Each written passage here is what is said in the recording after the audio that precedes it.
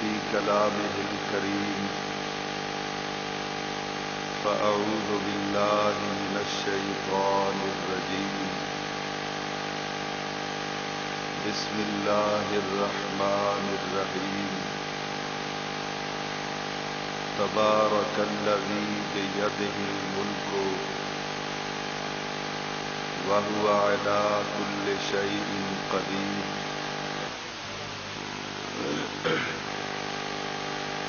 الذي خلق الموت والحياة وفي مقام آخر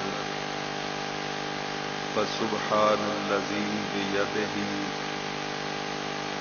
ملكوت كل شيء وإليه ترجعون صدق الله العظيم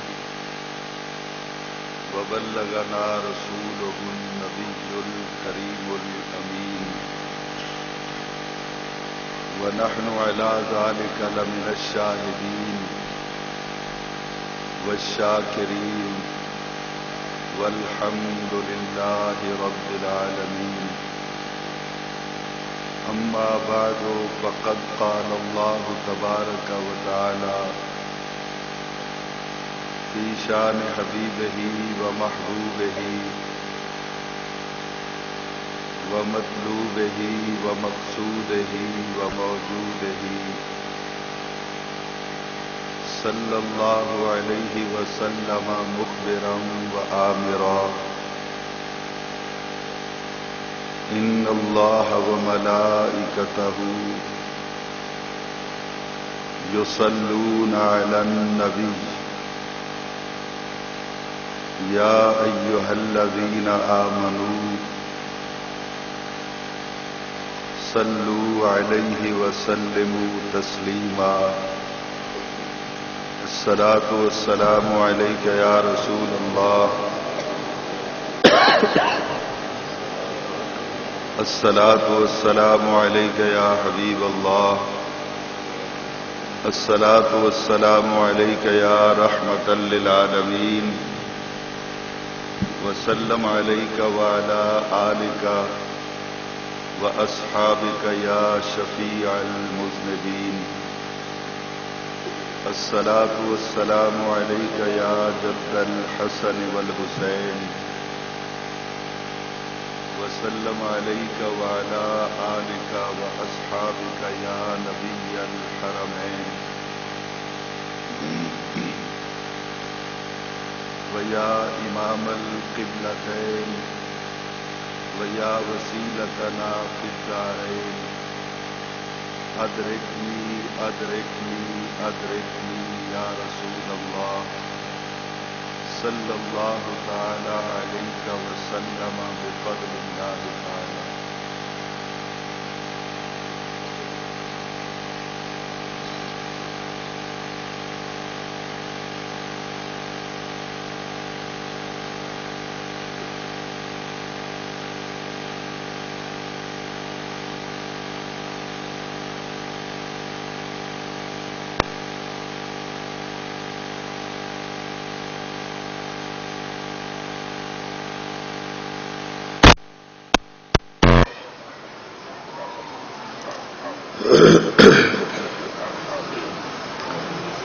زیب محفل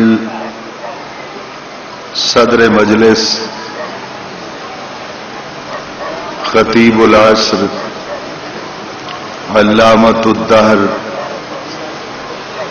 استاذ العلماء مخدوم اہل سنت قافلہ سالار اہل محبت جناب سید طیب حسین شاہ صاحب گیلانی دامت برکاتہم القدسیہ و مقتدر و محترم سید امید علی شاہ صاحب دامت برکاتہم العالیہ لائق صد عز والاحترام حضرات علماء ذی وقار نعت خوانان ذی قدر و معزز سامعین و حاضرین کرام السلام علیکم۔ قبل اس کے کہ انتہائی مختصر وقت میں اپنی معروضات جناب کی سماعتوں کی نظر کروں، دعا کیجئے کہ خلاق عالم جل وعلا شانہ و اعظم برہانہ اپنے پیارے حبیب صلی اللہ تعالی علیہ وعلا آلہ و اصحابہ وسلم کے طفیل آج کی اس پروقار محفل میلاد مصطفیٰ صلی اللہ علیہ وسلم میں مجھے حق و صداقت کے ساتھ بات کہنے کی اور پھر مجھے اور آپ کو سن کر سمجھ کر اس پہ عمل کرنے کی توفیق عطا فرمائے۔ میں انتہائی شکر گزار ہوں محترم جناب سید انوار شاہ صاحب کا اور ان کے رفقا کا، جنہوں نے مجھ جیسے نالائق اور ناکارہ خلائق انسان کو آپ جیسے اچھے لوگوں کی محفل میں نبی اکرم صلی اللہ علیہ وسلم کا حسین ذکر کرنے کے لیے موقع فراہم کیا، یہ اعزاز بخشا، اس پر میں محترم سید انوار شاہ صاحب اور ان کے رفقا کا یہ احسان تعزیز یاد رکھوں گا۔ اللہ تعالیٰ کے حضور دستے دعا دراز کرتے ہوئے عرض گزار ہوں کہ اللہ تعالیٰ آج کی اس محفل میں آنے والے ہر فرد کو دین و دنیا میں عزت و عظمت سے سرفراز فرمائے، اور اللہ تعالیٰ ہم سب کو تعزیز سرکار رسالت مآب صلی اللہ علیہ وسلم کی نوکری میں زندگی بسر کرنے کی توفیق۔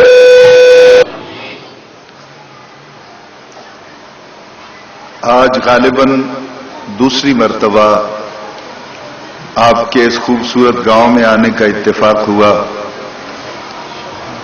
آپ احباب کی محبتوں کو دیکھ کر ایک مرتبہ پھر بھی آیا ہوا ہے کہ لوگ صدیوں اور پیڑھی میں وقت بہت گزر چکا ہے، ہم نے اپنی اخلاقی رفتار کو چھوڑ دیا ہے، ہم نے بیشتر اپنے کلچر اور تہذیبی روایات سے موڑ لیا ہے، لیکن ایک بات خوش آئی ہے کہ ہم نے آج بھی اپنا تعلق اپنے پیارے نبی سے نہیں توڑا، اور آج جہاں پتہ چلتا ہے کہ سرکار کے ذکر کی محفل چلی ہے، دیوانوں کی طرح اس محفل میں چلے جاتے ہیں، اس لیے کہ ہم یہ سمجھتے ہیں کہ جب سرکار کی محفل چلتی ہے تو اس میں آنے والا کوئی فرد بھی اپنا کام خالی لے کے واپس نہیں جاتا ہے، بلکہ اللہ تعالیٰ اپنی رحمت اپنے فضل اور کرم سے اس بات میں آنے والے ہر فرد کو دنیا میں عزت و رحمت سے جب 2 سال مشتری میں آیا تھا تو اس وقت بھی یہی عرض کی تھی، اور آج کوئی صورت حال ہے کہ گزارا کرتے ہوئے افراد کے چہرے کی طرح نظر نہیں آ رہے، اور تمام بائک جو ہے کرو اسٹیج کی طرف ہے، تو یہ جلسے ہے اور اسٹیج ڈرانے میں بہت فرق ہوتا ہے۔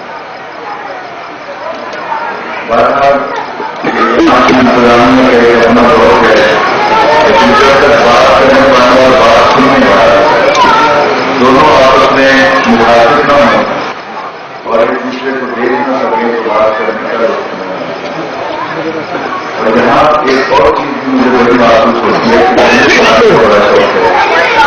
اگر کیسے محکمہ کرنے تو وہ اس کو ایکسپٹ نہیں کرتے ہیں. آپ کا اپنا مزاج ہے, آپ کا اپنا روک ہے, ہر کوئی اپنے اپنے ارادے کے ساتھ آتا ہے, جوڑیاں اپنی اپنی نیتوں کے ساتھ کر کے واپس لوٹا.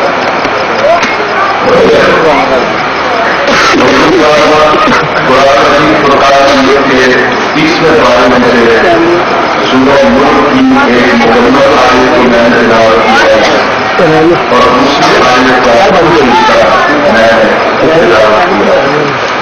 اسی طرح سورہ یاسین کی آخری آیت اس کو میں نے مکمل تلاوت کیا ہے. ہم ان دونوں آیات کے حوالے سے آپ کے لیکچر میں میری سورت کے مشورے بات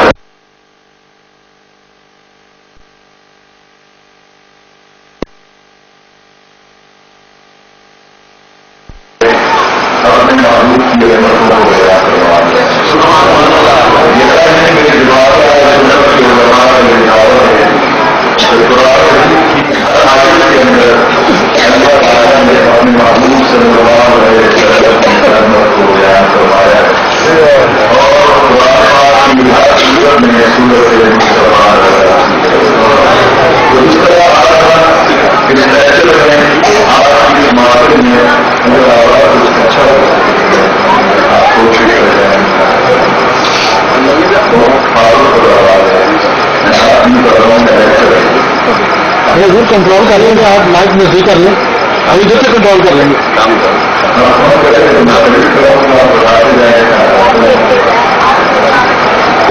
ریکارڈنگ میں نہیں جا رہی ہے آواز, ہمیں کبھی کم کر لیں.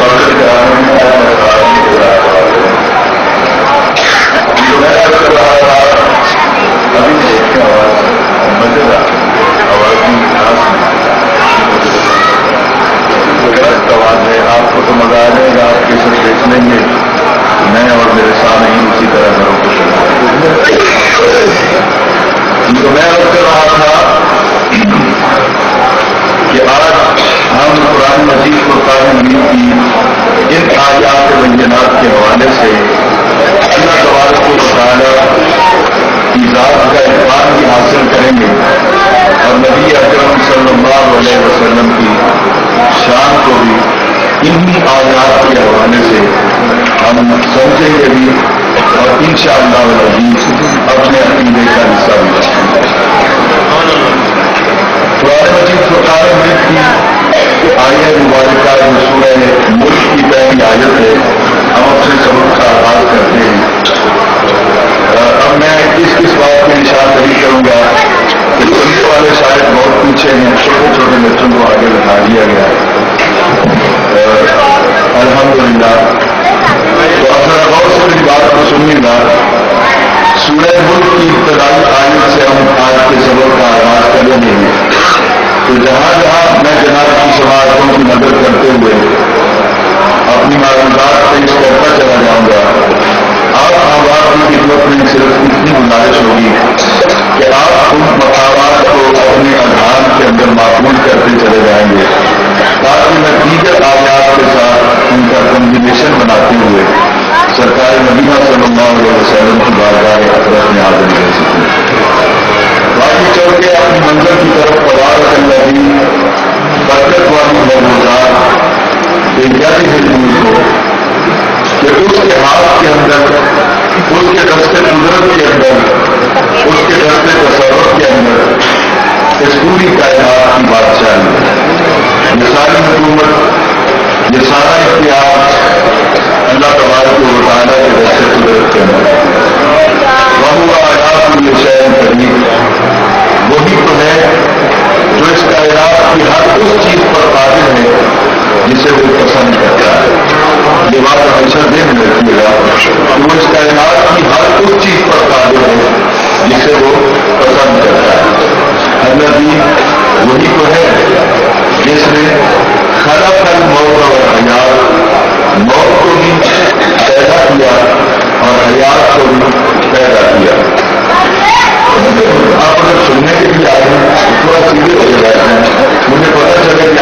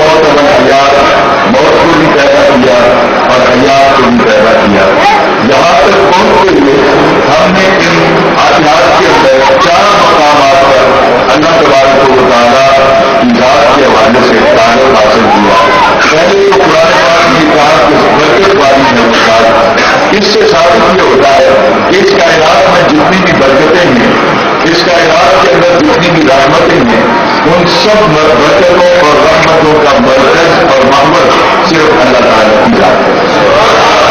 ساری برکتیں، ساری سعادتیں، ساری خیر، ساری بلائیں، جو کچھ بھی ہے ان کا مرکز منبع جو ہے وہ اللہ تعالیٰ کی ذات ہے۔ اس کے بعد دوسری بات جو اس آیت کے اندر ہمارے سامنے آئی وہ ہے بیت الملک، کہ اس کا دست تصور، اس کا دست قدرت جو ہے وہ اتنا بااختیار ہے کہ اس پوری کائنات کے اندر جو کچھ بھی ہے وہ اس کے قبضے میں ہے، اس کے دست قدرت میں ہے اور اس کے دست تصرف میں ہے۔ اگلی آیت کے اندر جو بات ہمیں سمجھائی گئی وہ یہ ہے کہ موت جس سے ہم بہت کانپتے ہیں، موت جس کا ذکر آتے ہی ہمارے دم درد ہو جاتے ہیں، موت جس گھر میں بھی آتی ہے اس گھر میں ماں کی گود خالی ہو جاتی ہے، بہنوں کا سہاگ اٹھ جاتا ہے اور بیٹیوں کا فیوچر خالی ہو جاتا ہے۔ اس گھر میں ایسی قیامت قائم ہوتی ہے کہ لوگ دیواروں سے سر ٹکراتے ہیں۔ موت جس کو ہم ایک بیان تصور کے ساتھ یاد کرتے ہیں، یہ ذہن میں رکھیے گا کہ یہ موت جو ہے یہ بھی کوئی ایکسیڈنٹل کیس نہیں ہے، یہ تجزیہ اتفاقیہ نہیں ہے، بلکہ موت باقاعدہ طور پہ اللہ تعالیٰ کی مخلوق ہے۔ اس کو اللہ تعالیٰ نے کوئی تکلیف فرمایا ہے۔ اور حیات جس سے ہم مزے لیتے ہیں، اس کا حیات کے رنگوں کو دیکھتے ہیں، اس کا حیات کی آوازوں کو سنتے ہیں، اس کا حیات کی چیزوں کو دیکھ کر ادراک کرتے ہیں، غور و فکر کرتے ہیں۔ یہ حیات جو ہمیں ملی ہوئی ہے جس کو ہم زندگی کہتے ہیں، یہ بھی کوئی ایسی چیز نہیں ہے جو خود کو ہمارے جو وجود میں آ رہی ہے۔ تو یہ موت کی اللہ کی مخلوق ہے اور حیات کی اللہ کی مخلوق ہے، جس سے یہ ثابت ہوتا ہے کہ اللہ تعالیٰ موت کا بھی مالک ہے اور حیات کا بھی مالک ہے۔ اب یہ اس وقت آپ نے جو بات ذہن میں رکھنی ہے وہ صرف اتنی بات ذہن میں رکھنی ہے کہ بیاد ملک کو ساری بادشاہی، ساری حکومت اس کے ہاتھ میں ہے۔ اگر وقت میں وفات کی، اگر وقت کے دامن میں وسعت رہی تو پھر ہم موت و حیات کے فلسفے تک جائیں گے اور اس پہ بات کریں گے، وغیرہ آج کی نشست میں ہم بیسک جس سبجیکٹ پہ بات کریں گے وہ بات یہی رہے گی کہ بیاد ملک کو کہ حکومت اس کے دستے تصور کے اندر ہے، اس کے دستے قدرت کے اندر ہے۔ اب اسی آیت کی ڈیفینیشن کے لیے ہم چلے گئے سورہ یاسین کی بات آخری آیت کے اندر، وہاں اللہ تعالیٰ کہتا ہے فسبحان الذی، پاک ہے وہ ذات۔ اب دونوں آیتوں میں دیکھیے گا کہ کتنا حسین ایک انتظار ہے۔ یہاں اللہ تعالیٰ کا تعارف قرآن پاک کرواتا ہے تبارک الذی، اور وہاں ہوتا ہے سبحان اللہ۔ یہاں اللہ تعالیٰ کی ذات کو برکتوں والی ذات کے حوالے سے متعارف کروایا گیا، اور سورہ یاسین کے آخر میں سبحان الذی تمام جتنی بھی پاکیزگیاں ہیں وہ اللہ تعالیٰ کی ذات کے ساتھ وابستہ کر دی، یعنی اللہ تعالیٰ کی ذات ارفع و اعلیٰ بھی ہے، اللہ تعالیٰ کی ذات قادر مطلق بھی ہے، لیکن اس کی ذات کی یہ صفت بھی ہے کہ تمام جتنی بھی پاکیزگیاں ہیں وہ ساری کی ساری اللہ تعالیٰ کی ذات کے ساتھ متعلق کرتی ہیں۔ سبحان الذی پر پاک ہے وہ ذات ہی ملکوت، وہاں کہا گیا برکت والی ہے وہ ذات بیاد ہی ملک، یہاں کہا گیا پاک ہے وہ ذات بیاد ہی ملکوت۔